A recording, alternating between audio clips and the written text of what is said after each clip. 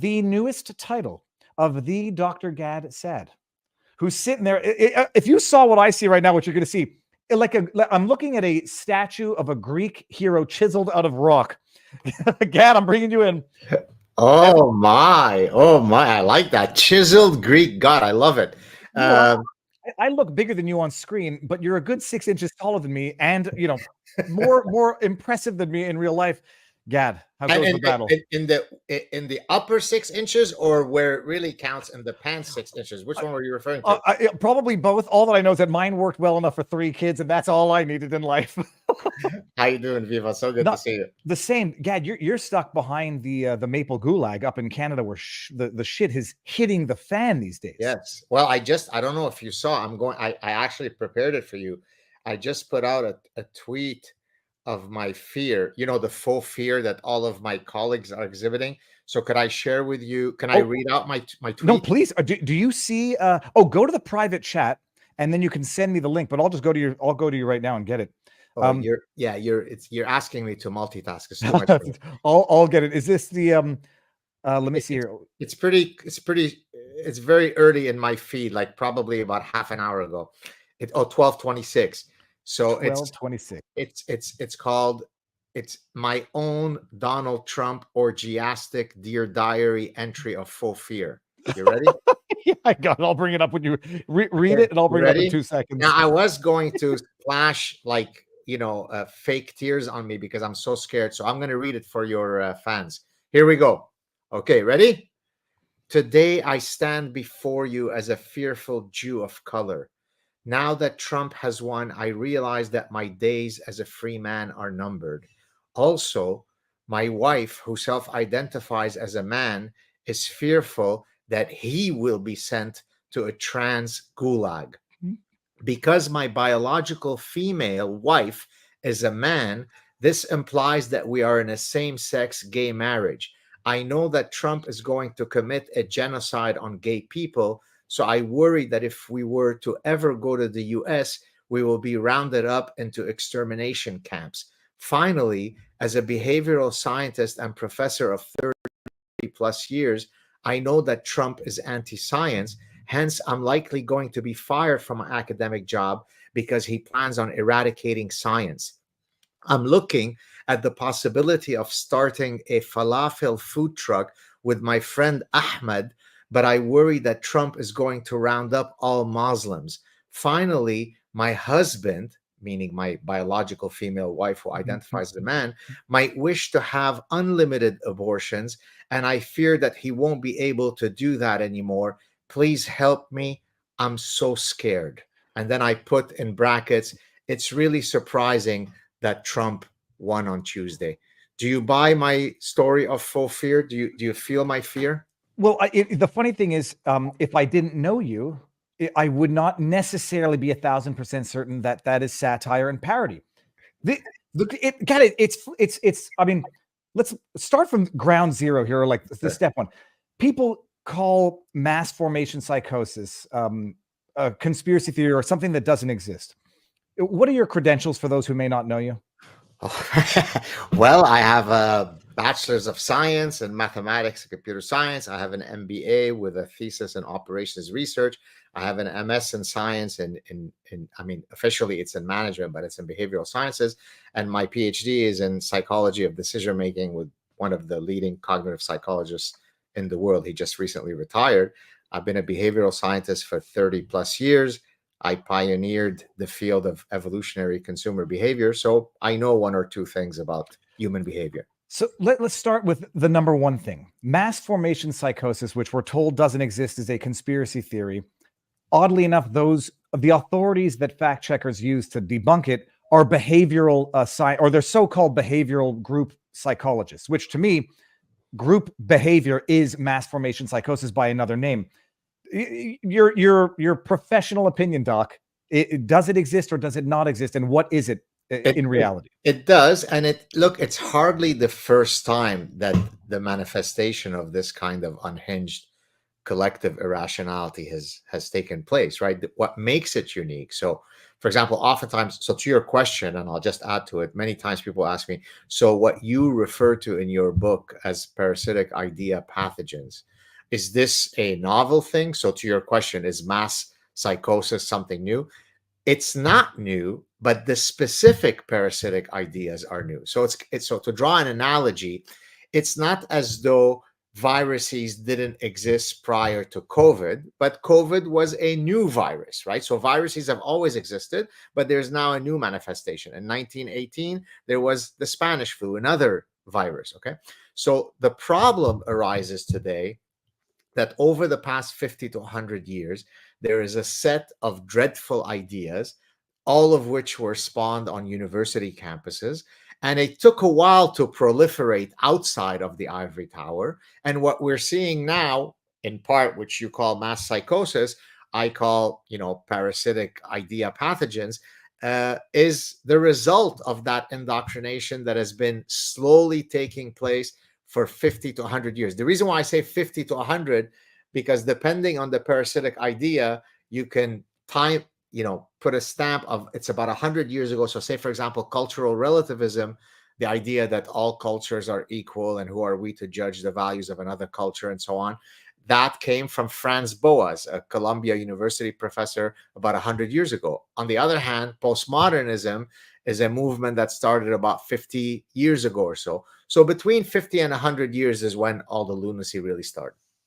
And now, I can only think of like two modern eras. You think of Nazi Germany is the classic paradigm of when society descends into madness. You can think of Mao's revolution or Stalinism in general. And some people will say, well, that's not a form of mass group hysteria, or that's more living under tyranny and everyone's too scared to do whatever. But there were true believers in all of those, in as much as we're seeing true believers today.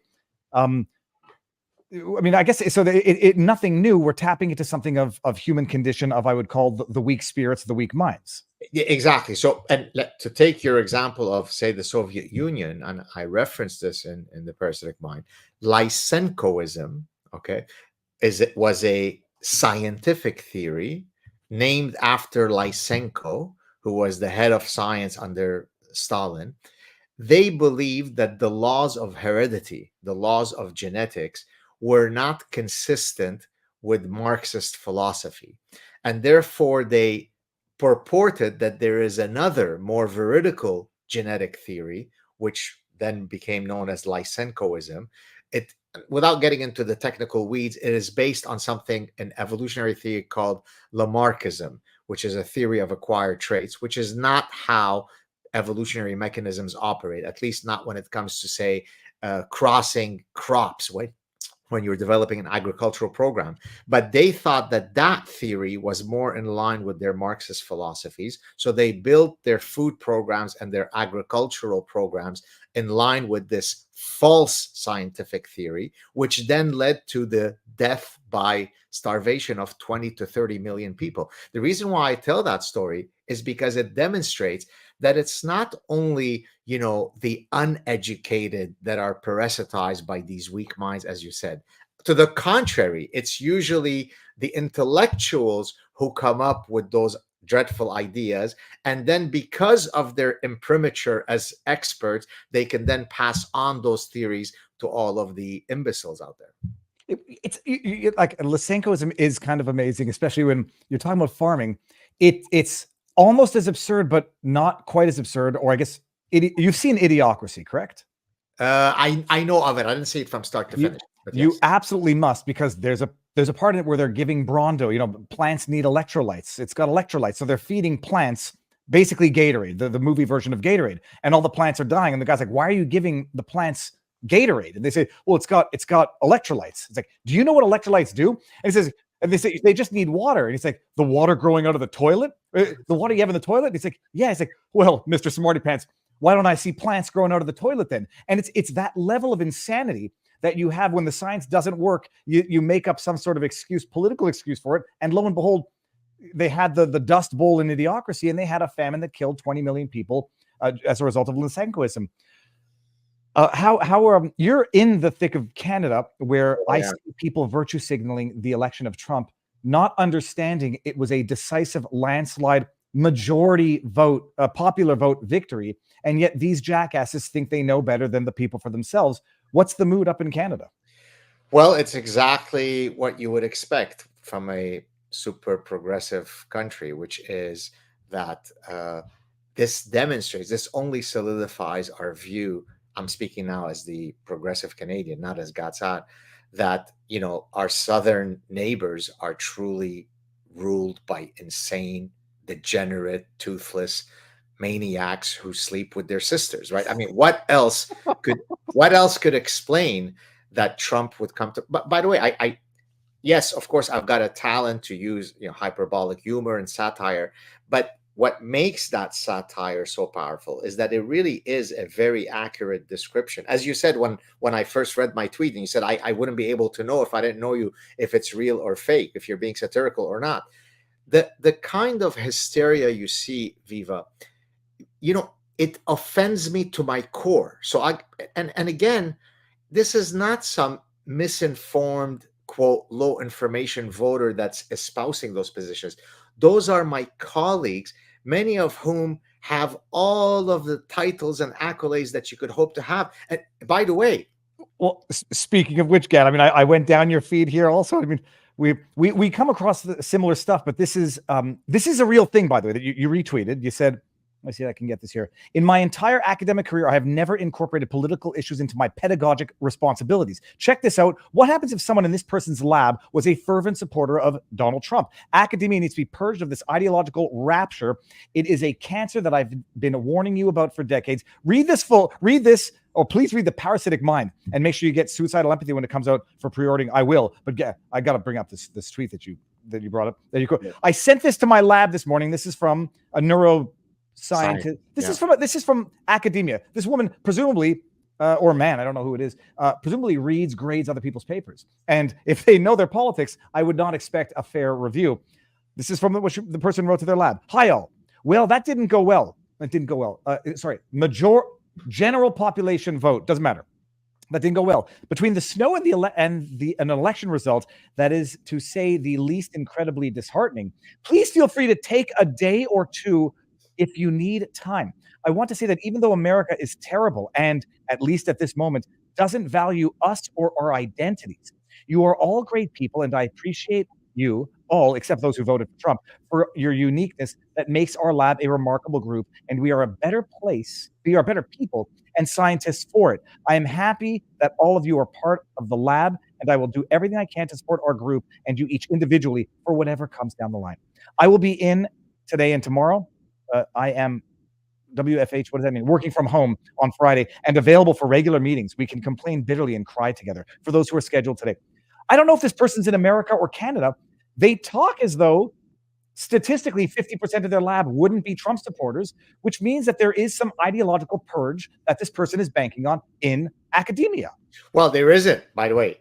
I don't know either if they're in Canada or the US, but it isn't 50-50, right? Because as I provide endless evidence in The Parasitic Mind of studies that have looked at the political affiliation of professors and academia. I mean, across all disciplines, it can vary from 5-1 to 11-1, which is certainly unbelievably lopsided. But in activist disciplines, in anthropology and in sociology and in ethnic studies and in communications and so on, it could be 130-0. In other words, you're more likely to run into a unicorn or a horse with wings. I mean, literally, than you are to run across a Republican professor in communications or almost in psychology. So is that a good thing? I mean, I explain to people, look, there are certain issues in academia that are true irrespective of your political orientation. So for example, tectonic plate dynamics are true or not, whether you're Republican or Democrat. The theory of evolution has been verified in endless ways, and it doesn't matter whether you're Republican or Democrat. On the other hand, if I'm teaching about the ethics and morality of the death penalty, there are very compelling arguments that could be made by both sides on that issue, right? And so I would certainly stand to benefit if I'm able to hear those that may not share my views on whatever fiscal policy that we're discussing, or foreign policy, or death penalty, and so on and so forth. So in some disciplines, you genuinely are murdering and raping the pursuit of truth if you presume that there is only one right position to take. And so we are cheating our students and their intellectual development, as this neuroscientist is doing, by presuming that anybody who's in her lab surely must be of the same political opinion. It's grotesque.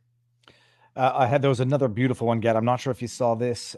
When you say like what they think of Americans, let me just make sure this is well, she's a Democrat strategist, so that's fair enough that she'll be an idiot. White men without college degrees are going to ruin this country. Yes. Yes. I mean, think of Elon Musk, total uneducated guy who's never done anything in his life, who's the biggest supporter of Trump.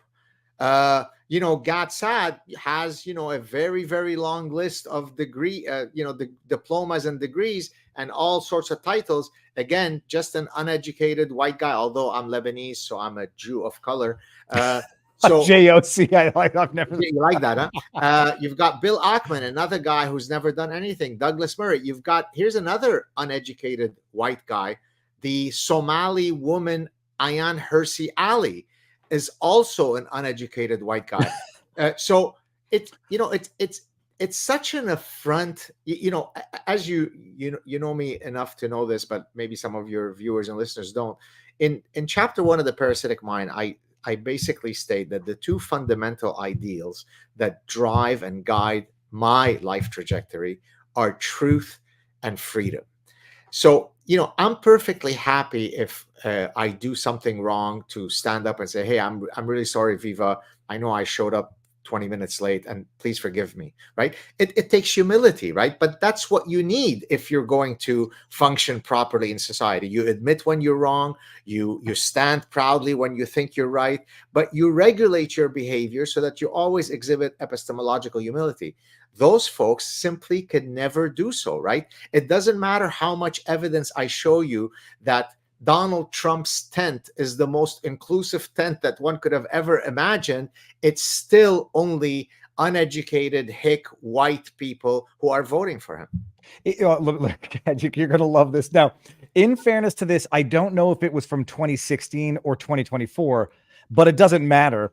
With the imagery that you see here, look at this. I'm going to turn the volume down so I don't get copy claimed on this. This is European politicians, from what I understand, sitting there with their arms crossed. Like there has to be some human evolution thing about this particular stance that makes it repulsive. But you've got foreigners standing like scorned housewives or angry mothers looking at their kids. And that is the attitude that they have to people who voted en masse against them. And what blows my mind now, I've been breaking down some of the stats. Set aside, it's a popular vote victory. The number may come down a little bit because they're still counting California. 45% Latinos voted for Trump. Record numbers with black men, record numbers with black women, but still 20%. And what they're basically saying, I try not to draw these hyperbolic comparisons and call them like this is what slave owners used to do back in the day, but the treatment is that of a slave owner, where it's like the minorities don't know what's good for them. They need the woman standing there with her arms crossed, telling them how to think, how to vote, and what to do. And when they deviate and when they veer too far from the plantation, then they say, you better come back because we're the ones telling you what to do. You don't get to think for yourself. But is there an evolutionary reason for why that gives you? I don't know if I can make an intelligent comment about specifically the scornful nonverbal stance, but I think in terms of an existential stance, it basically is saying you either believe as I do, or there is something morally diseased about you. And therefore, that's why I must look at you with such scorn, right? Because I am part as Thomas Sowell. Oh, Thomas Sowell, who's another uneducated white man, right? For those of you who don't understand the satire, he's a black man, arguably one of our the best intellectuals that the United States has ever had. He's an economist, but apparently he's a white, uneducated man. He certainly would not be supporting Kamala and her degenerates. But that's the reality, and certainly in academia. I mean, that kind of stance is exactly the world that I have inhabited for well over 3 decades. I'll give you a great story. I mean, people learn a lot from storytelling. I mean, I could give you all of the fancy academic stuff, but what sticks is when you back it up with actual vivid narratives. Okay. So in 2023, I was invited to be one of the plenary speakers at a one-day conference at USC, a prestigious university in Southern California. It was in celebration of, I think, the 10-year anniversary of a particular center at USC. And it was a day on, our Enlightenment values still, de rigueur, are they still valid, and so on. So I gave a talk at that conference, and you can watch my talk on my channel, on deontological versus consequentialist ethics. And if you want, just as a small tangential parenthesis, let me just explain what that is. So deontological ethics are absolute statements of ethical positions. It is never okay to lie, would be a deontological statement. Consequentialism would be judging the moral and ethical standards of a particular action based on its consequences. So if I say, well, it's okay to lie to spare my wife's feelings if she asks me, do I look good in that dress or not? Well, then that would be consequentialist. And as I tried to explain in a very professorial manner at the talk, it's a very serious talk, no gad humor, very sober. I said, look, for many, many things, it makes perfect sense for us to put on a consequentialist hat.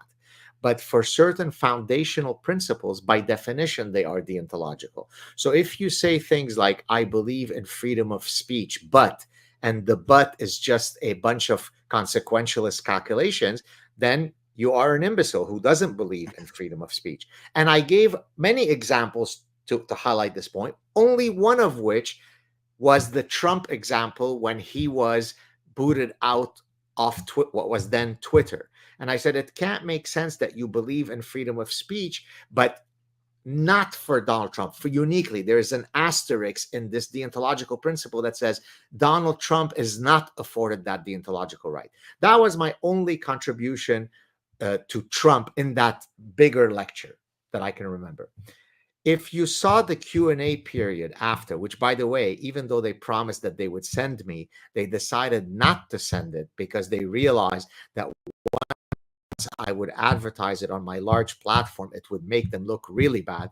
They said, oh, well, we can't send it because we didn't get signed clearance from all the audience members that the clip could be released. It was a public event. It didn't follow any secrecy laws. But anyways, people started getting up and they were unhinged in their hysteria. By the way, my wife and kids were with me in that room, and my children, who are still very young, came up to me and said, Daddy, why are people screaming like that at you? It's insane. One of them, by the way, so to our point about mass psychosis, said to me, it makes perfect sense that the government would regulate some of your speech if it is, dangerous and corrosive. Speaking specifically to me, I said, well, can you give me an example of something that I said in today's event that you would consider to be that would require the government to step in and stop? He said, well, for example, by the way, when he first began his Q&A, he had to say what his identity is.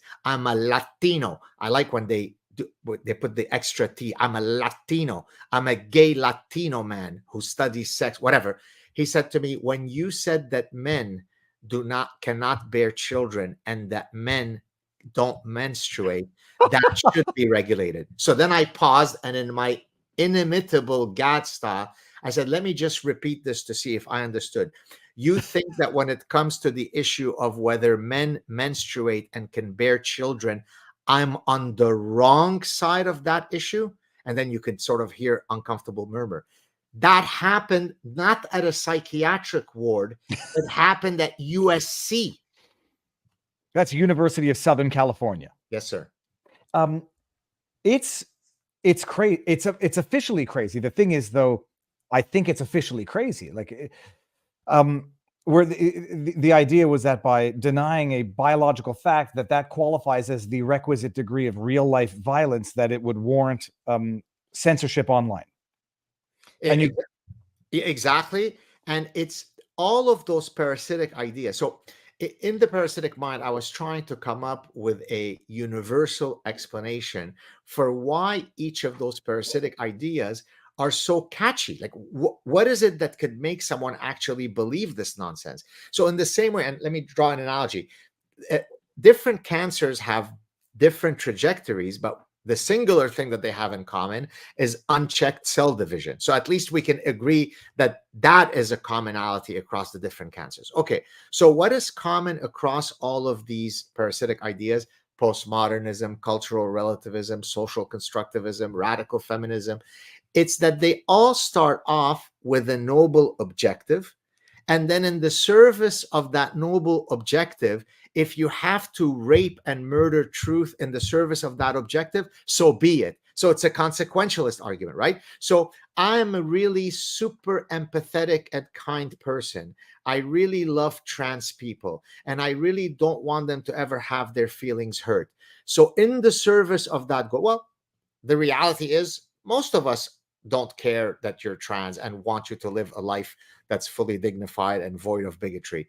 But in the service of that goal, I'm not going to nod my head and say, oh, yeah, men too can menstruate. Oh, yeah, men too can bear children, because I want to protect your unique personhood, right? That's what I tried to explain to the degenerates in the Canadian Senate in 2017 when I went up as an expert witness to say that there are dangers in denying reality. It starts off with a noble, empathetic reflex, but then it metamorphosizes into pure bullshit. So that's what's common across all that lunacy. In the context of your studies, have you done any breakdown as to like what the proportion of true believers are, what the proportion of fake believers are, but who love the power that it gets them, and what the proportion of actually mentally ill individuals who are legally not able to consent among this calculation? Yeah, that's a fantastic question. So I don't have the empirical evidence to answer that question, but I've often questioned it myself in terms of in the deep recesses of their minds when they go to bed at night and lay their heads on the pillow. Do they genuinely believe that? And I suspect that many of them do, because it is a way to protect their it's an ego protective mechanism that I am a truly orgiastically empathetic and kind person, which, by the way, not to engage in promotional plugging, but that's exactly the point of my next book, right? Suicidal Empathy. Because what Parasitic Mind did is it said, here's what happens when your cognitive system is parasitized, right? But we also have an emotional system, right? We are both a thinking and feeling animal. So the parasitic mind is about how parasitic ideas distort your ability to think clearly and to navigate reality clearly. And then in the follow-up with suicidal empathy, well, here's what happens once your emotional system is hijacked. And so now you have, if you like, the full story. I'm going to play you. You saw Jimmy Kimmel's tearful statement? Oh, Or I assessment? actually retweeted it. He was so empathetic. Here, let me bring this up, because this is where, like, I think there's people who exploit this for ego and clout. There's others who exploit it for actual malice. Like within the online, you must admit that men can shower with girls, etc. There are those who are genuinely mentally unwell, like DSM-5, clinically diagnosable. There are other sociopaths who want to do it because they are deep misogynists and want to abuse women. And then there's others who just want to do it because it's a lever for control and influence. Watch Jimmy Kimmel, because a lot of people were observing. He's not crying out of any form of sincere empathy. He's crying because on the one hand, maybe he doesn't feel that he has any influence anymore because nobody listened to his wise advice. Where's the audio here? Hold on 1 second. Qu'est-ce qui se passe ici? Did I put oh yeah, there we go. Put it down there. Listen to Jimmy Kimmel's crocodile tears. Let's be honest, it was a terrible night last night. It was a terrible night for women, for children, for the hundreds of thousands of hardworking immigrants who make this country go. Oh. Climate, for science. For science. For journalism, For justice, for free speech. It was a terrible night for poor people, for the middle class, for seniors who are allowed who overwhelmingly voted for our Trump. Allies in Ukraine, for NATO. Go fight, for Jimmy. The truth and democracy and decency. And it was a terrible night for everyone who voted against him. And guess what? It was a bad night for everyone who voted for him, too. You just don't realize so you had a little too much to think there, middle class who voted overwhelmingly for Trump. What do you like? Do you think that they're finally losing whatever control they had over directing narratives and controlling public influence? They are, I mean, certainly they are. But by the way, to your earlier question about which camp, let's say, would Jimmy fall in, I don't think he genuinely believes that stuff. I mean, I think it's a combination of other factors. In the deep recesses of his mind, he does know that it's full of shit. There's no conceivable way. And I think of it this way, or it's a way for him to atone for some of the public stuff that he had done in the past, the blackface, the coming from behind the woman. Remember, like he's doing as if he's mounting someone. I can't remember what it was. And so one of the ways that I can atone for all of that vulgar stuff that I did in my youthful transgression is to now demonstrate that I truly am, as Thomas Sowell said, part of the anointed ones. Go ahead. No, that's an amazing observation, because that's the similar pattern that I've noticed with Howard Stern, with all of those who were the biggest degenerates who are now trying to buy their way into the good graces of the political elite. It's Angela Merkel, whose I think it was the grandparents who were Nazis. What better way to demonstrate that I repudiate all of my grandparents' behaviors by now letting in, with suicidal empathy, millions of people from Muslim countries? Surely I couldn't be a racist and bigot if I open up Germany to all of those folks. By the way, your grandparents eradicated Jews from Germany by you letting in millions of people who come from cultures that are defined by their Jew hatred. Tell me how Jewish life is going to play out in Germany, dear Dr. Merkel. Well, that was the ultimate irony for those who don't recall the Syrian refugee crisis in 2015. And Merkel basically opened up the borders of all of Europe, because there's free travel within the countries in Europe, to Syrian refugees who typically are, for whatever the reason, people might think there's good reason, but hostile to Jews.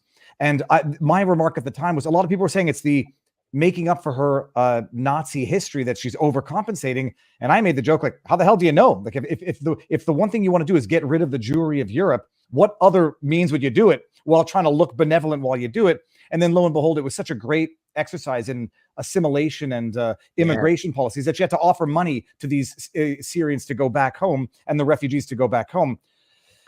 Gad, on that subject, and we're going to come back and forth. First of all, you don't feel bad to plug the book. The new book is called Suicidal Empathy, or that's going to be within the title. Do you have a title? So that's the tentative title. So it's a term that I coined to explain this orgiastic emotional malady.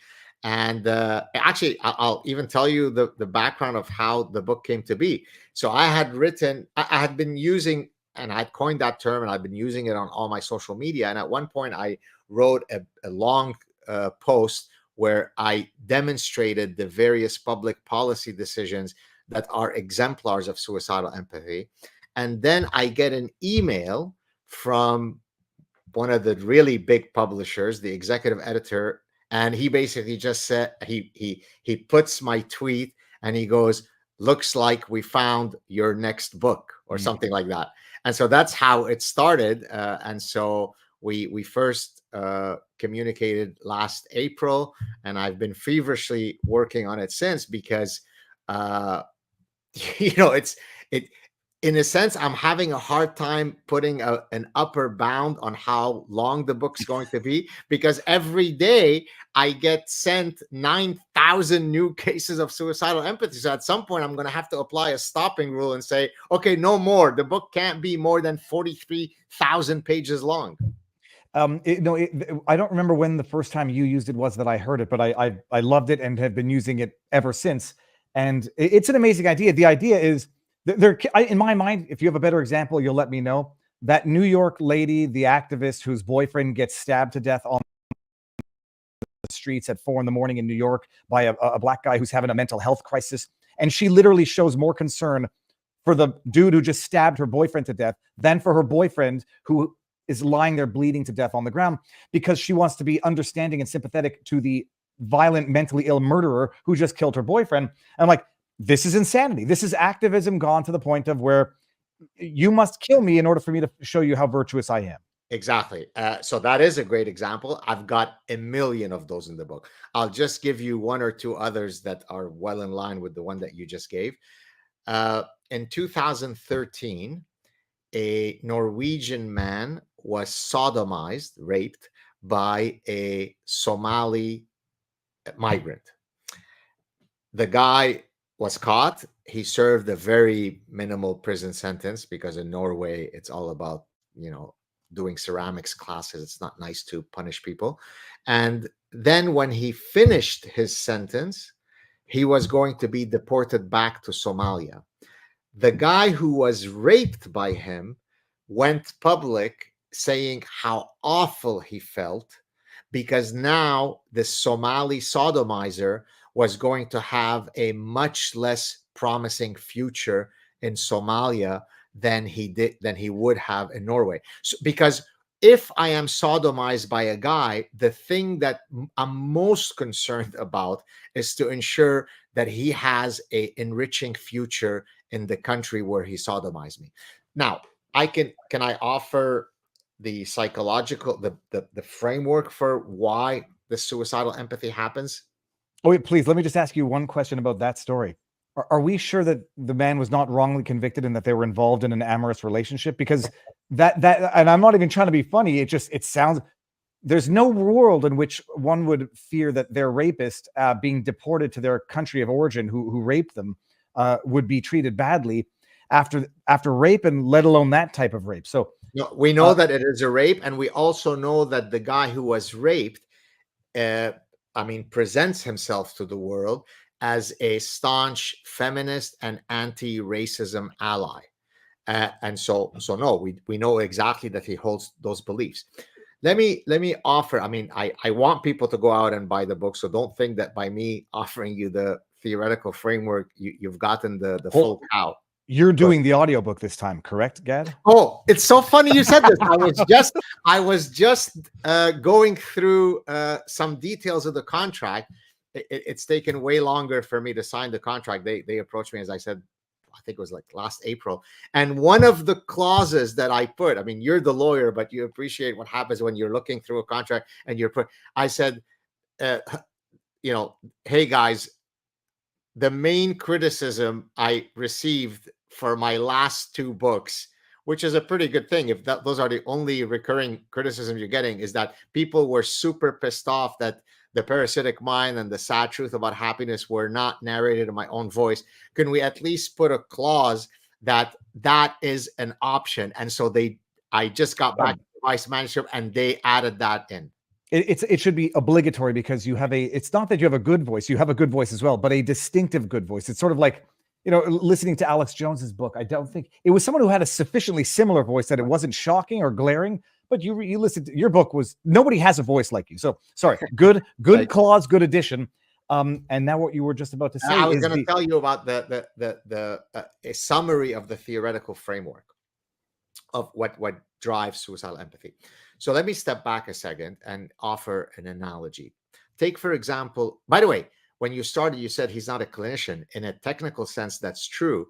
But I'm now known, the moniker is I'm the global therapist to the world. So while I don't hold a clinical license, effectively speaking, I am the head parasitologist of the world because I'm trying to resolve a psychiatric malady at the group level. What more can you want as a clinician? But in any case, so joking aside, OCD, obsessive compulsive disorder, is a condition. By the way, I've written several academic papers on various psychiatric afflictions from an evolutionary perspective.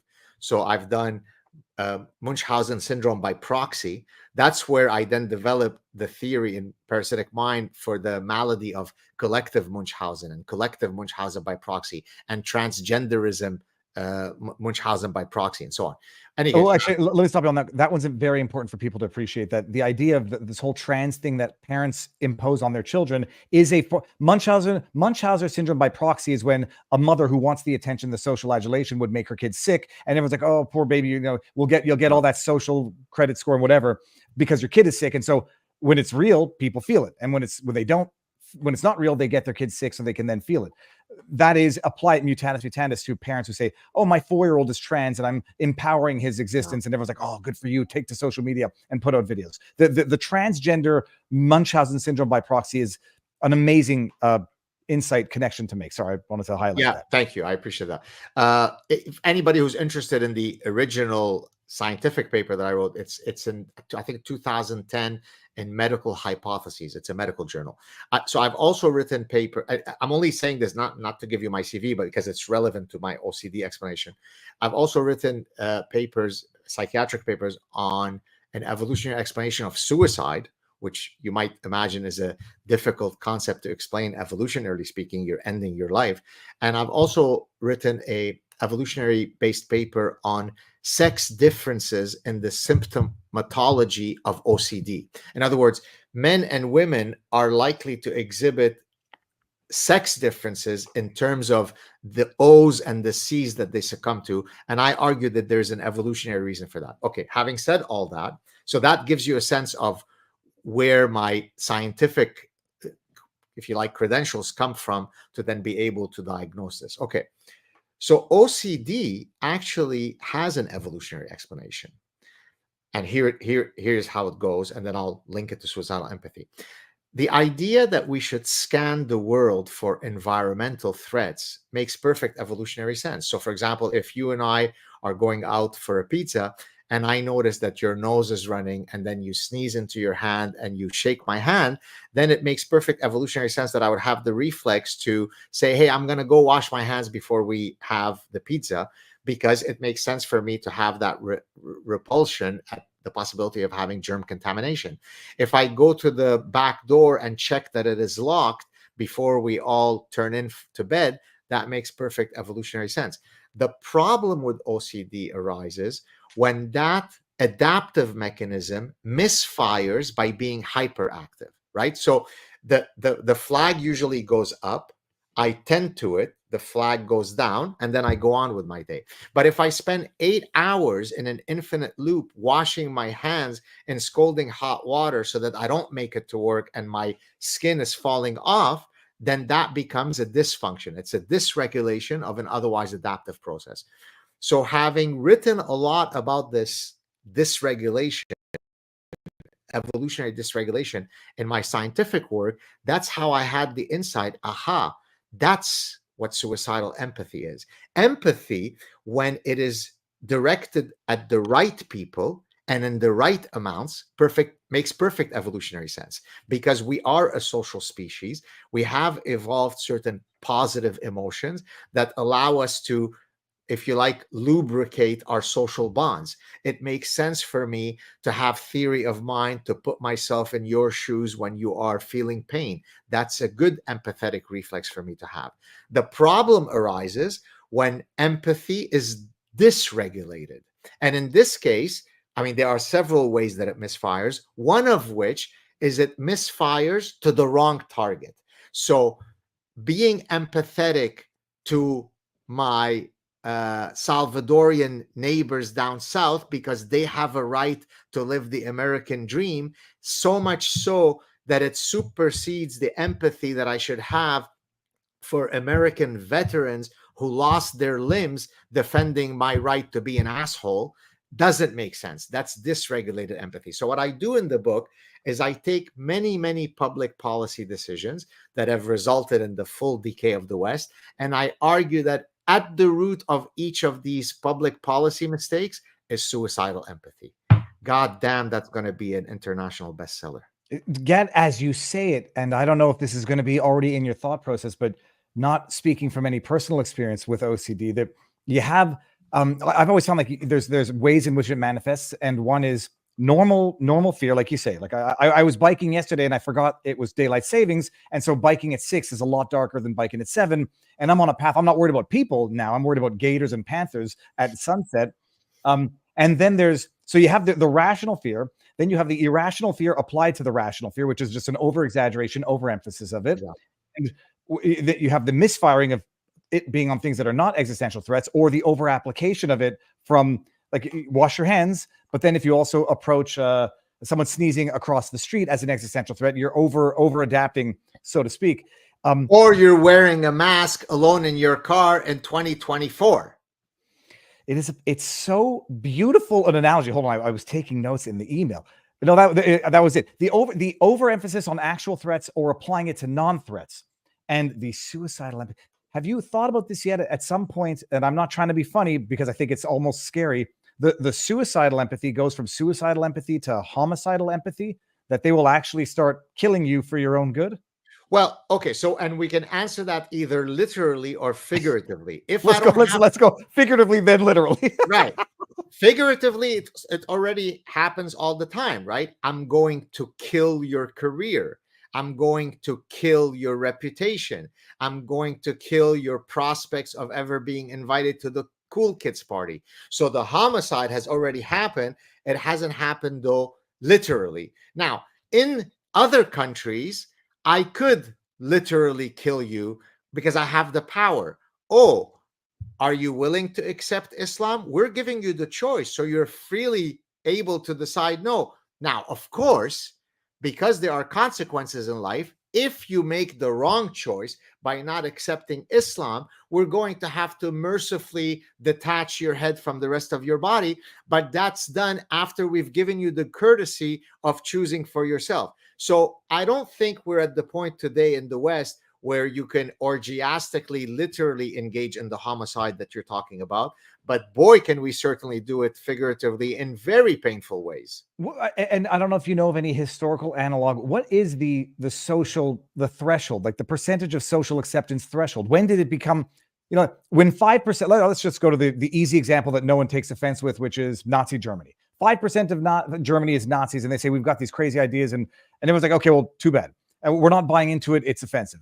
There's a threshold at which not only do people start to give it some sort of credibility, but also at which they start to become fearful of it, where it starts taking hold. Like what percentage roughly? That's actually it's even a. I mean, I'm not trying to sound patronizing, but it's even a more intelligent question than you already stating it. Even Excellent. though exactly, that's how smart you are. That's what Laval University trained lawyers. Well, no, I did my my philosophy degree was in my thesis was called Deontological Consequentialism. What? So again, and I'm trying to find. I knew that there was somewhat of a semblance of a brain in you. I did 4 years of philosophy, honors degree at McGill. Then I went to Laval for my law degree, and I did 1 year exchange in Paris, which is why I did an extra year of McGill, because I wanted to get my honors degree, which required a cumulative GPA of above 3.0.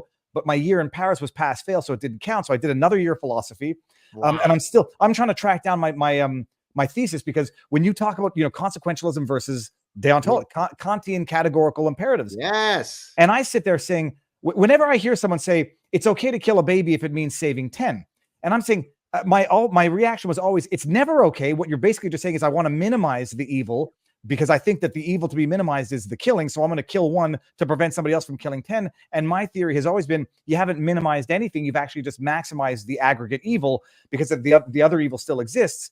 But no, the question is socially, what is this? Yeah. When does it become acceptable? That in a technical way. I mean, vulgarized to the masses. By the way, a lot of people don't understand the word to vulgarize. Which in French, as you know, is vulgariser. Vulgariser. And the reason why it came up to first, I'm a lover of words. And I remember, I think it was my 2011 book, The Consuming Instinct. The red book here. Where is it? No. Hold on. Let me zoom out and then I'll see it. Oh, yeah. Right over your shoulder here. Yeah. This, not next to the other way. This one. Yeah, that's a water. That's a water. No, that's your microphone. I'm joking. I think it might be covered up by your mic. Okay, it doesn't matter. It's the red one. It's called The Consuming Instinct: What Juicy Burgers, Ferraris, Pornographies, and Gift Giving Reveal About Human Nature. It was a book. It was a trade book meant to demonstrate how you could apply evolutionary psychology and evolutionary biology to study our consuming instinct. What does a trade book mean? Oh, that's a great question. So there are different classes of books. So let's take the one that most of your viewers and listeners would know, a textbook. A textbook is a book that's written as a pedagogic exercise to be sold to university students. So let's say you were taking a course in philosophy 101. I'll write a textbook that hopefully professors that are teaching this course will adopt throughout Canada, North America. So that's called a textbook. An academic book, which is very different from a textbook, is a very technical book that's written for other academics and graduate students and so on. It's a scientific, so it's not meant for philosophy 101. It's meant for practicing philosophers. Okay. Now, academic books, if they sell 1,000 copies, that would be considered a hugely successful book because they have very, very limited market. So it'll be university libraries that will purchase them, specialists in the field and so on. So my first couple of books were academic books because I was trying to lay my flag on having pioneered the field of evolutionary consumer psychology and so on. Okay. So which book is it? I think okay, there you go. This book right here, that's called the Evolutionary Basis of Consumption. That was my first book, and it's very, very technical. I mean, it could still be read by non-professionals, but it's a very scientific academic book. Okay, so that's the Evolutionary Basis of Consumption. Then here I have this way. Here I've got an edited book, which I'll also explain what that is. That's called Evolutionary Psychology in the Business Sciences. It's an academic book, but it's edited in that different chapters are written by different specialists, and I serve as the editor of the entire compendium. And I usually will write an intro and an opening chapter and so on. So these two books are academic books. Okay, so they will have a much smaller distribution, even though, I mean, these were actually very successful by any standard. Okay, then the next one, this one, so to answer your question, this one was my first trade book, The Consuming Instinct. Now, what I was trying to do there, so to answer your question, what is a trade book? A trade book is meant for the masses. It's meant to be read by as many people as possible. It's what you will see at Barnes & Noble and at Indigo and so on. Okay. It's not for the specialists. It's not for students. It's for the general reader. And so, as you might imagine, many professors can be very successful as academic writers, but dreadfully bad as trade authors. Why? Because they don't know how to speak in a voice that would be appealing to the general masses. Okay. So now coming back to, thank you for asking that question. I think this is the first time that I've ever on a show explained the difference between different types of books. So trade, well, and I love the fact that you describe it as appealing to the masses as opposed to what I suspect most would describe it as dumbing it down for the masses. Exactly. Yes. Don't talk down to people. I recently had a chat with Rob Schneider, the actor, who's just a delightful human being. He's amazing. He's amazing. I mean, just like you want to hug this guy. Okay. And I think it was maybe towards the end of the show, he said some really sweet things to me. He goes, there's a lot of us in Hollywood, whatever, that are huge fans of yours. And what one always walks away when they hear you speak or read your stuff is you're never talking down to us. And that really touched me because I think that that's one of I know it's gauche to speak about oneself, but one of the things that I most appreciate about my engagement with the public is that I really take pleasure in having the corrections officer and the trucker write me a fan email, because if if my voice is resonating with him, then I'm doing something right. It's a no-brainer that the Stanford professor might write to me and say, hey, I loved your last paper on whatever. That's my job. That's what I do. But the fact that the trucker says, oh my God, I was listening to you in Viva and I decided that I'm going to go back to school because you motivated me to study psychology. Well, now I think I've done a really good thing. Well, no, and when you say it out loud like that, it's the exact problem with not with academia in and of itself, but with experts in general. Is people generally want to make their own decisions. So give me the info and then let me decide. Whereas most look down and say, no, I'm going to tell you what to do and don't even ask me. When it came to like COVID, for example, was the prime example. We're not explaining it to you. You're not able to understand. Shut up and do what we say. Versus here are the pros and cons, the risks, and you make your own decision. It's a form of control and not a form of education. Exactly right. So coming back to the term vulgarization. So when I was communicating with my editor for The Consuming Instinct, which was going to be my first trade book, I used the term, I think it was maybe during when we were coming up with sort of the taglines for my media, whatever. I said, well, the book is an attempt to vulgarize evolutionary psychology. And she said, oh, don't use the word vulgarize with the American audience. I said, why not? It's a beautiful, it's a nice. She goes, no, say popularize and so on. And that always was annoying to me, because it's exactly what the word is meant to say, which is to make something accessible to the masses. Anyways, I don't know why I said that. What was the trade book? You were talking about your first trade book, and yeah. I think you were getting into the latest trade book. The first trade book. So the first trade book was The Consuming Instinct. The next trade book was The Parasitic Mind. The next trade book was The Sad Truth About Happiness. Yeah, that's what that one is right over your shoulder there. If we can see that right there. And then the next one is Suicidal Empathy. Now, to our earlier point about, don't tell people what to do, when you said that a minute or two ago, actually, that was one of my biggest challenges when I was working on the happiness book. And let me explain. I mean, that story in of itself is really fascinating. So when you study decision-making, there are different ways that you could study psychology of decision-making. You could study it from a normative perspective. Bear with me. I know it's is it okay if we get a tiny bit? No, please go. Yeah, okay. So normative decision-making is, for example, the classical school of economics, say at University of Chicago, where many of the Nobel Prizes come from. They adhere to a view of decision-making that's called Homo economicus.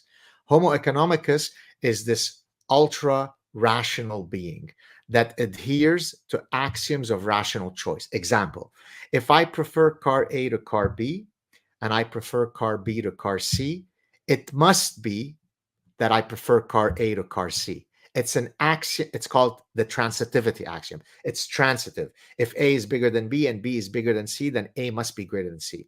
So they take those axioms of rational choice and they say that anyone who violates those is behaving irrationally. Now, that's called normative decision-making, because you're saying that you have to adhere to a norm of rationality. Holy shit, I'm doing a full academic lecture here. I should be charging all the assholes watching. I'm writing down questions again. Exactly. Yeah, and to everybody who's watching, yes, this will be on the final exam. Okay?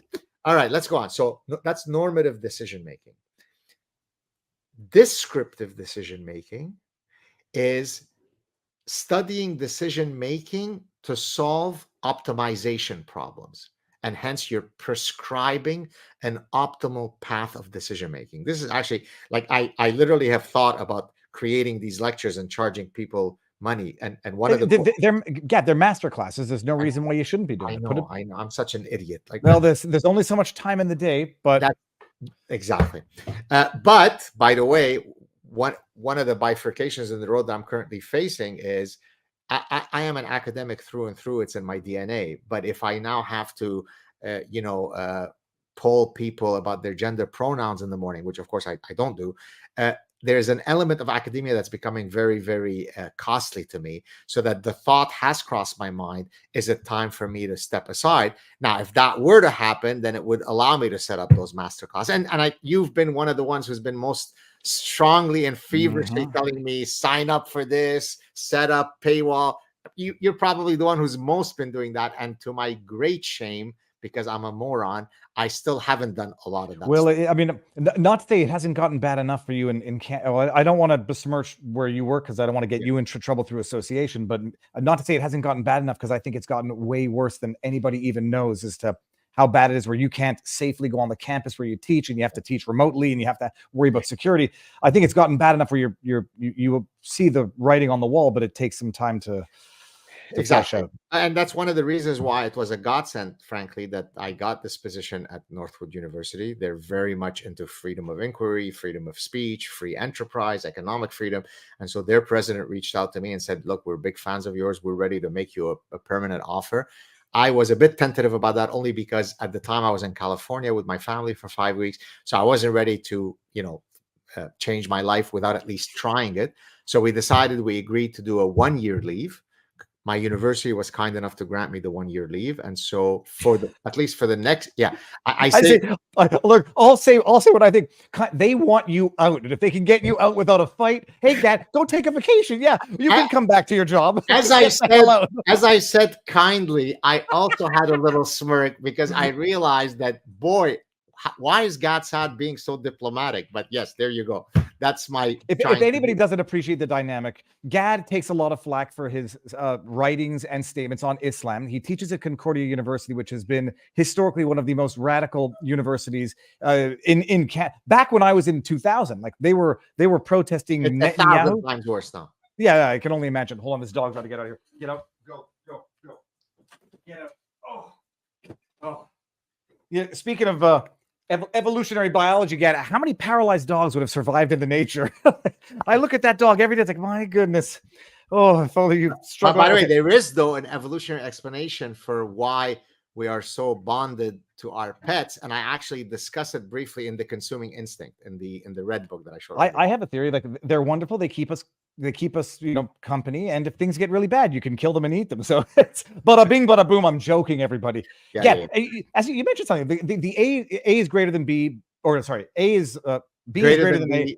C is greater than B. B is greater than C. Therefore, A is greater than C.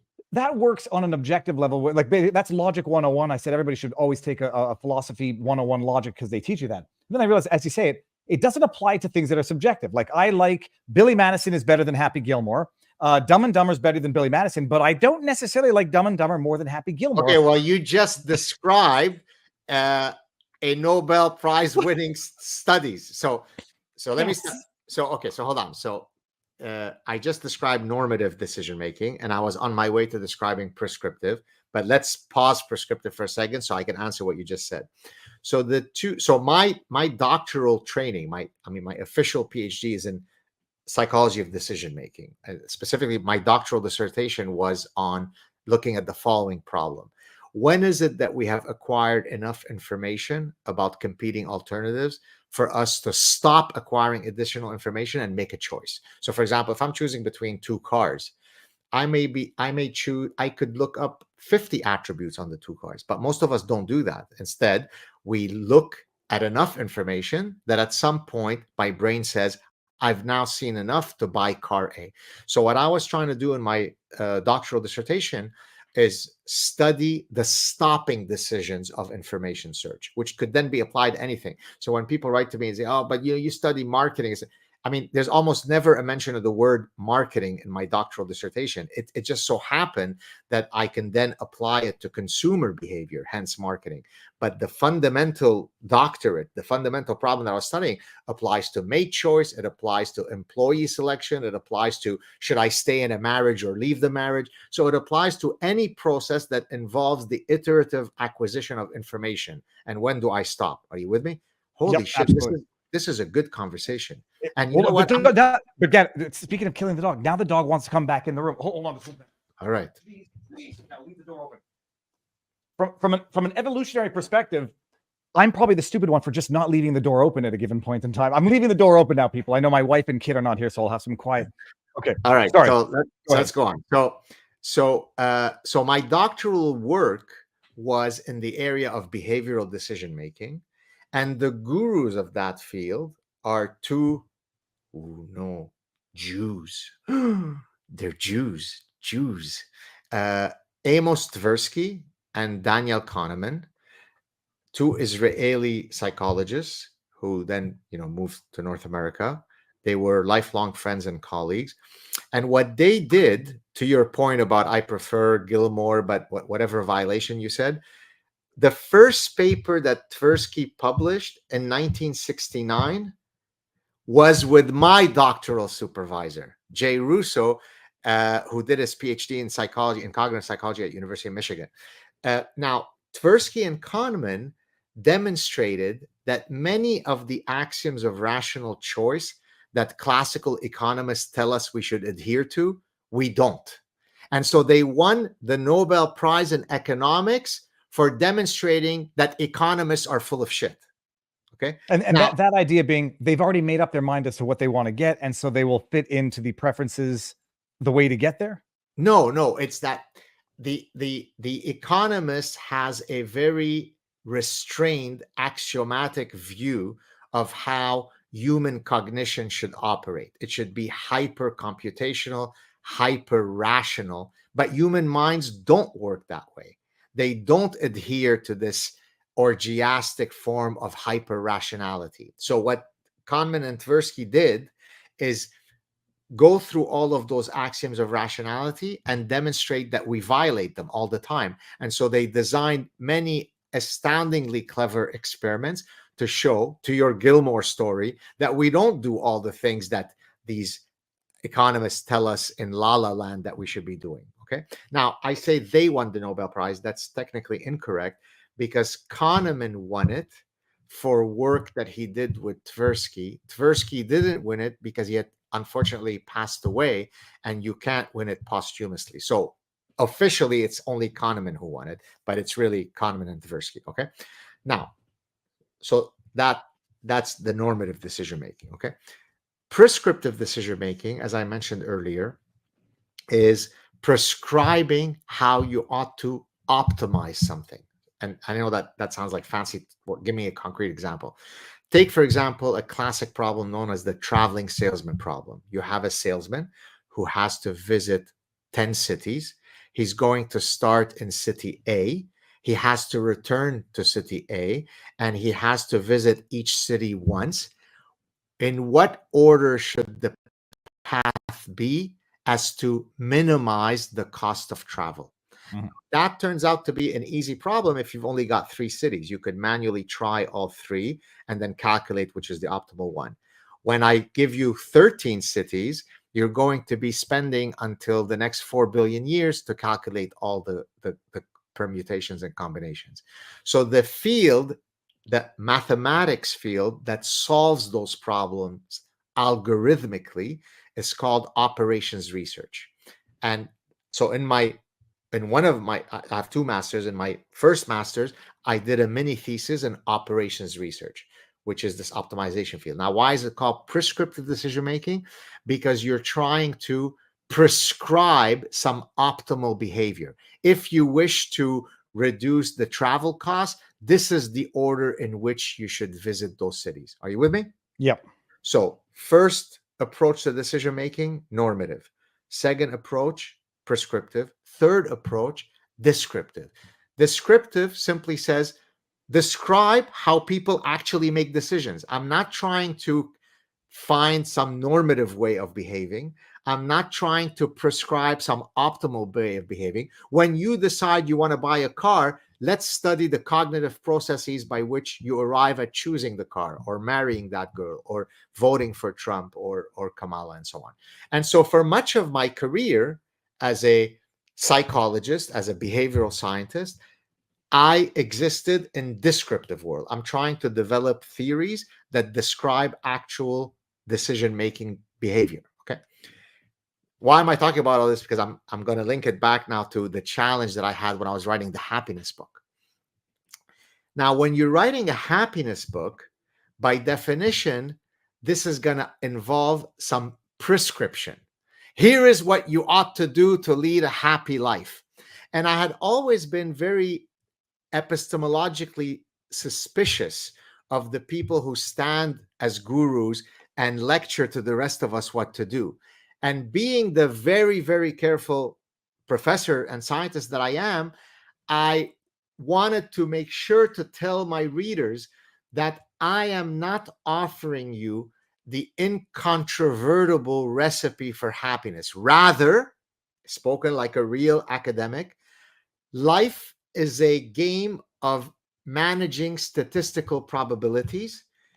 I'm going to give you some prescriptions, which, if you apply them, increase the probability of you summiting Mount Happiness. So look at the difference between how carefully I just positioned that book to how, to your point, everybody who was much smarter than you told you, shut up, you don't walk your dog after 8 o'clock because that's settled science. Shut up, pleb. So those were exactly who the fascists were. And it turns out that they weren't part of the Republicans. Many of them are super progressive professors, leftist professors. The correlation between progressivism and fascism or tyranny, or at least I don't know what the proper word is for it, but like Karenism, like progressivism and Karenism, people who just tell you what to do and shame you when you disagree with them. I find it's almost a direct overlay. It's a one circle Venn diagram. Progressives and Karenists who.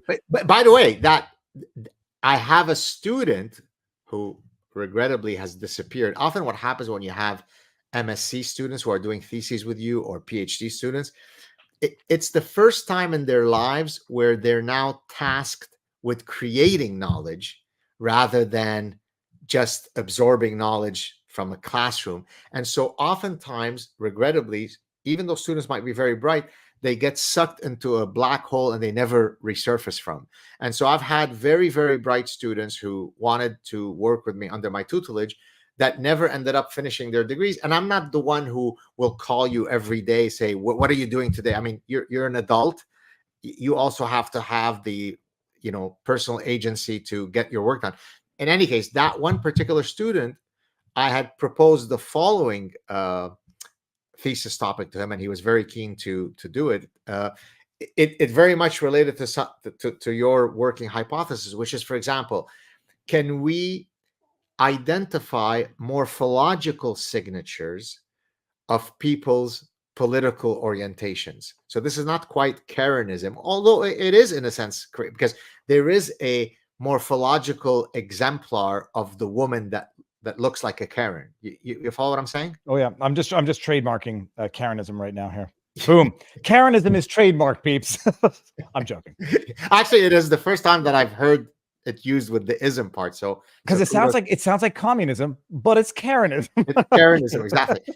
So anyways, I hope that particular student resurfaces, because we had already started to collect the data, and it's very, very powerful data, because it's taking a lot of the elements that I discuss in the parasitic mind and is testing some really cool empirical hypotheses. So hopefully, if that student is watching, call me. I don't know where you've disappeared to, but it's time to come home. But why was I mentioning that? It was about the decision-making process. Yeah, that's right. That's right. So so I think I finished that story. So all I was saying is that the challenge for me when writing Happiness Book was that I was now entering into a world that I heretofore had not entered, which was prescriptive world, right? All of my other work is, let me explain to you the evolutionary reasons for why we do X, Y, Z. I'm describing behavior under some parsimonious theoretical framework. Happiness was a completely different endeavor. Yes, I'm going to use ancient wisdoms. I'm going to use contemporary science. I'm going to use my personal life trajectory to offer you some prescriptions of how to live a happy life. But at first, I was very hesitant to do so, because I thought, I don't want anybody to think that it is an assured guarantee recipe. It's I don't know. I can analogize it to golf, where a professional might never get a hole in one, but the better you swing, the more likely it is you get your ball within a certain vicinity. You Exactly right. don't cheat on your wife. You might still get divorced, but cheat on your wife and you are increasing the odds of getting divorced and murdered, and not necessarily in that order. So now so I mean, I don't want to get to the punchline of what suicidal empathy is going to be. Actually, I kind of want to know how it ends. Where do you see? I mean, America's a good litmus test for the world right now. I think it might have gone singularly crazy, but then I sort of look to Europe, and Europe has gone crazy as well in terms of a same type of Karenism, in terms of speech, in terms of government overreach. There's a bit of a pushback, but whether or not the government's gotten already too far along to be pushed back, where do you see things going? And then I actually want to talk a bit about Canada while we're here. Sure. Yeah. I mean, right now I'm not feeling great. I'm certainly feeling better than I did Tuesday morning, right? Because at least by Trump winning, you are going to have some autocorrective mechanisms that will swing things in the right direction. But I keep warning people. I've already done since Tuesday several shows, and I keep repeating the following point, which I'm happy to repeat here. Don't now be complacent, sit back and say the problem is solved. Trump is here, because Trump will come in and Trump will leave. And someone else might come along who is also a Trump guy, JD Vance. But if you don't eradicate the parasitic ideas and the suicidal empathy that has taken 50 to 100 years to flourish and proliferate, then it's just, in French, you say partie remise, right? It'll come back even maybe stronger than ever before, right? Remember, when you take an antibiotic, if you don't kill all of the bacteria, the ones that remain, it's a form of evolutionary selection, will be even, that's how you develop the evolution of the superbug. So if you don't eradicate this nonsense, it'll come back even more orgiastically nasty in some future iteration. So yes, celebrate that Trump won, but don't sit back on your couch and eat potato chips all day. There's still a lot of work to be done. That analogy, actually, of like why the doctors say take the antibiotics even if you feel better, because if you don't, it comes back stronger and more resistant to antibiotics. That's an amazing idea, but you know, the superbug to the parasitic mind. It's called, in mind, I'm giving you a lot of stuff from Suicidal Empathy. It's actually it's genius, Gad, but you know that already. My personal dilemma is, yeah, Trump won and everybody can celebrate, but I don't think that I'm done yet mocking into oblivion everyone and publicly shaming those who were the most arrogant, pompous pricks on earth, the Michael Cohens of the world, the Cardi B's of the world, the ones who thought they could browbeat people into submission, because they need to be mocked and humiliated and basically not disavowed, but I shun into irrelevance. Yeah. I had on a guy named Richard Barris yesterday, who's the best pollster out there. And, you know, I said, like, with Trump's victory, is it unique to Trump or is it sort of party-wide? It was a stupid question as I started asking. And he's like, no, it's Trump. It's the character. It's the person that people love. And Trumpism, which could be, you know, when Trump comes and goes in 4 years, it could be someone else who has to fill in that Trumpism. Whether or not it's JD Vance, we'll find out as things evolve. But it's true. Like, if Trump comes and goes and it's a flash in the pan, then it's a big victory, but short-lived. So 100%. And if I can draw an analogy, I was recently approached by someone, I won't give the details, so I don't give them away, who said, and this has happened to me many times in the past, where someone says, you know, I'm such a fan and all kinds of compliments, and then there's a but. So I'm waiting for the but. But do you not think that when you do the pink wig, it affects your, legitimacy as a professor? Or when you hide under, and I look at them, I say, you exactly don't get it. I mean, it couldn't be any clearer that you need to consume more of my content. It is precisely because of the unique set of skills that I have that I'm able to be this effective. I just spent quite a bit of time being about as professorial as you can get, right? So no one is going to outrank me on professorial status. That doesn't remove the fact that I can act like a buffoon in the service of trying to persuade you, precisely because I have enough authenticity and self-confidence to know that it doesn't diminish me by putting on the wig. It's precisely because I am 18 feet tall, metaphorically speaking, that I can wear the wig. Now, to draw an analogy with Trump, it's the exact same thing. If he were more stately, a la Romney, and if he were more kind, a la pick your other presidential guy, his voice would have never resonated. You need him to be exactly who he has to show up in the garbage truck for it to work and for him to win on Tuesday. It's Gad, I like we're lit. You don't even know this, but our thoughts must have been the same at a given point in time. Like just recently, because I have the discussion with my father, who said he follows me on Twitter, and he's like, "David, do you have to swear so much?" I was like, "Dad, first of all, there's an element of not getting attention, but getting people to focus on something, and you could be polite as you want and have a great message, and A, no one's going to hear it, and good for having a good message that no one hears, and B, you'll still get demonized. You could never wear the pink wig, you could never do the satire, you'll still get derision because of what you say. So strategically, there's no reason not to. And on the other hand, it is the level of honesty where, like, I was thinking, Trump's in power. If I ever got the call, Viva, would you be the press secretary? And for a second, I'm thinking, my tweets are too much of a liability. And then I'm thinking, like, no, my tweets are an indication that you'll get respect. But if you pull a Jim Acosta, I will berate you and tell you to stop being an idiot and sit down and give the mic up to the next real journalist. You've justified all of my bad conduct, Gad. I hope you should feel proud of yourself. Listen, authenticity is the whole ball game, right? I mean, I actually in the happiness book, I have a whole section on authenticity. Now there are two layers of authenticity. There's personal authenticity. Is Trump authentic? Is Gad Saad? Is Viva authentic? But there's also existential authenticity, meaning, so in this, I was talking about this in the context of living your life so that hopefully at the end of your life, you have as few regrets as possible.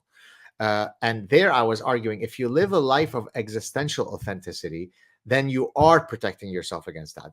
And by the way, and I'm not saying this just because I'm on your show, you perfectly exemplify that which I tell people to do, which is you did become a lawyer, and I think you were the editor of the law review. So it's not like, so you had all of the credentials and all the things, and you went to a top law firm, and then you looked at one point in the proverbial mirror and you said, that's not what I want to do. And very few people are going to say, you know what I'm going to do? I'm going to go to philosophy degree at McGill. I'm going to do law school. I'm going to become the law review guy. I'm going to go to a law top firm. And then I'm going to drop all that so I can do balloons with ice. What is that thing you did? I think the Impimba effect. Amazing. Right.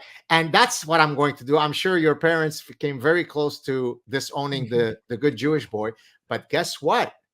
Who won at the end? By you living an authentic life, an existential authentic life, I'm sure you've been able to flourish in ways that you could have never imagined had you continued. So don't become a pediatrician because your dad and your mom are pediatricians and they expect that of you, because you will wake up at 60 and say, I always wanted to be an architect and now my life is gone and it's too late. So authentic. And by the way, the ancient Greeks and the Delphic maxim of know thyself, it's just two words, know thyself, has stood the test of time because it is universal and since time immemorial.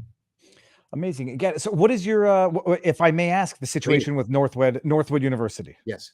So thank you so much for asking. So Northwood reached out to me. By the way, the president of, I don't know what it is, not their entire, but quite a few of their senior staff are Canadians. So the president, so Northwood University is a university in Midland, Michigan. Midland is, I'd never heard of it. It is gorgeous. Now, there is a reason why it's so gorgeous. It's because this is where the headquarters, the global headquarters of Dow Chemicals is in Midland. And so they've poured in billions of dollars to this town, precisely because if you're going to bring a top chemist from Zurich to, rural Michigan, you need to have culture. You need to have a sushi place, and you need to have cafes. So when I first went there, my inaugural visit earlier this semester, and my wife came with me, I was concerned, like, is it going to be like, crystal meth labs everywhere? And it is gorgeous, beautiful downtown, cafes and restaurants and, cool. It's beautiful. The campus is beautiful. Northwood University is, interestingly, it follows the European model of les grandes écoles. Les grandes écoles these are the schools that are focused on only one thing. So, for example, Sciences Po for the future political leaders. All the business schools are usually separate schools. They're just business schools. So Northwood University is really a big, gigantic business school that's completely rooted in all of the freedom ethos that you could think of. So the president reached out to me in the summer when I had put out of office for 5 weeks. I'm not answering anybody. And he knew of some of my difficulties at Concordia. They were all big fans of my work. And luckily, I violated my edict to not check my emails. And so I had this long email from this guy that I'd never heard of, who had been the president of St. Francis Xavier in Canada. And he reached out. He said, hey, can we talk? We'd love to have you join our family. And since then, it has been one of the most, it's not like I'm being paid to say this, right? I mean, I wouldn't have said it. I'm very authentic. He's a gem. I mean, if all academic presidents were like Kent MacDonald, there would be no problem in academia. Okay. His whole team is unbelievable. They've given me complete freedom to do things as I please. I'm teaching 2 courses in spring. But otherwise, so that my title is visiting professor and global ambassador. The global ambassador part is to promote the school, right? Is to use my platform. Look, there are 4,000 universities in the United States. So a classic marketing problem is, how do you differentiate yourself? How do you break out of the clutter? And so hopefully I could contribute to, breaking them out of the clutter. And I think so far it's been very, very fruitful. A lot of people have gotten to know Northwood via my intervention. So I've got nothing but unbelievable things to say about that place. It's amazing. And the best marketing on earth is to have someone who people trust, love, who is what they call woke or based, anti-woke and based, or whatever the words are, people, who. I get it. It's a university that would bring on a GADSAT and not suppress a GADSAT. Is a university where I, as a parent, would want to send my kids without a question, and I've got nothing to do with the university. So it's fantastic. Gad, do you have another 15 minutes? Let's do it. Okay. It's impossible to be satiated of you, man. No, I do. And I got questions I don't want to neglect. So everyone on YouTube, come over to Rumble, and I'm going to get to some questions and local stuff in a second. I'm just going to end it on YouTube. It changes nothing from our end, but it's the Q&A after party.